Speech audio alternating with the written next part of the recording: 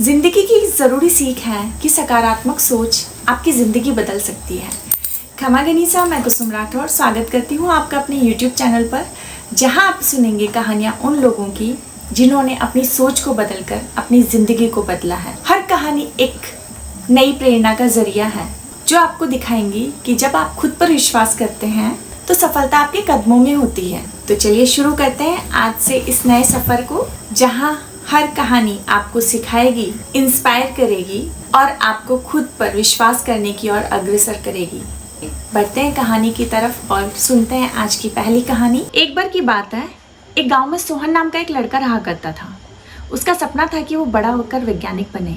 उसको हमेशा नई नई चीज़ें खोजना और उन्हें समझना बड़ा ही अच्छा लगता था। लेकिन उसमें एक कमी थी, वो बहुत संकोची था और आत्मविश्वास की बहुत कमी थी उसमें। वो अपने विचारों को भी दूसरों के सामने प्रकट करने में हिचक महसूस करता था। एक दिन उसके गांव में एक प्रसिद्ध वैज्ञानिक आई, डॉक्टर अमृता। डॉक्टर अमृता ने गांव के बच्चों को अपने अनुभवों और विज्ञान के महत्व के बारे में बताया। सोहन को भी उनसे प्रेरणा मिली और उसने भी निश्चय किया कि वो भी एक दिन जरूर ही डॉक्टर अमृता की तरह ही एक बड़ा वैज्ञानिक बनेगा।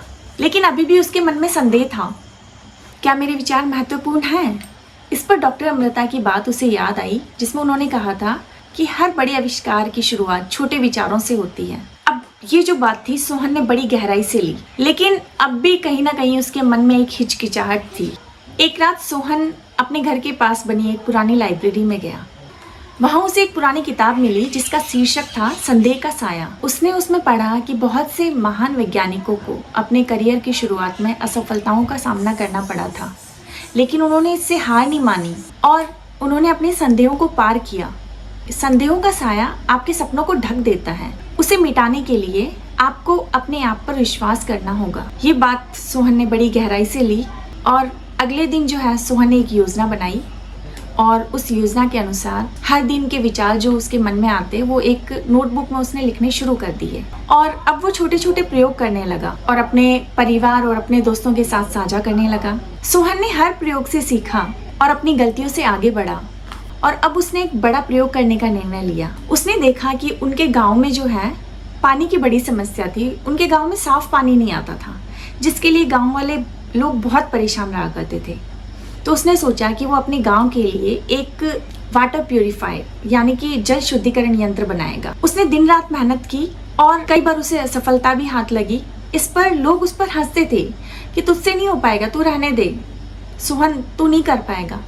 पर सोहन ने हार नहीं मानी। आखिरकार कई महीनों की मेहनत के बाद उसकी मेहनत रंग लाई और उसने अपना यंत्र जो है सफलतापूर्वक बना लिया और उसने अपने गाँव के ही तालाब में उस यंत्र का प्रशिक्षण किया। पानी जो है साफ होने लगा।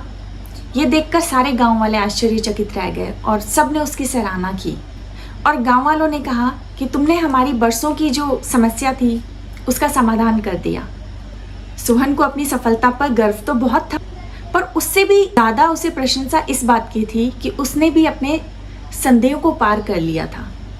अब उसमें आत्मविश्वास आ गया था। इस कहानी से हमें यही सीख मिलती है कि जीवन में संदेहों का सामना करना हमारी जिम्मेदारी है। सोहन ने भी अपने संदेहों को चुनौती दी और आज वो एक अच्छा वैज्ञानिक बन पाया और अपने गांव की बरसों पुरानी जो समस्या थी उसका भी समाधान कर पाया। तो हमें ये बात याद रखनी चाहिए, हमारे सपने हमारे साथ होते हैं और अगर हम मेहनत करें और अपने आप पर विश्वास करें तो हम भी किसी भी संदेह को पार कर सकते हैं। संदेह का साया केवल तभी मिटता है जब हम खुद पर भरोसा करते हैं और अपने सपनों की दिशा में आगे बढ़ते हैं।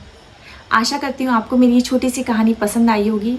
अगर पसंद आई हो तो please do like, share and subscribe. Thank you.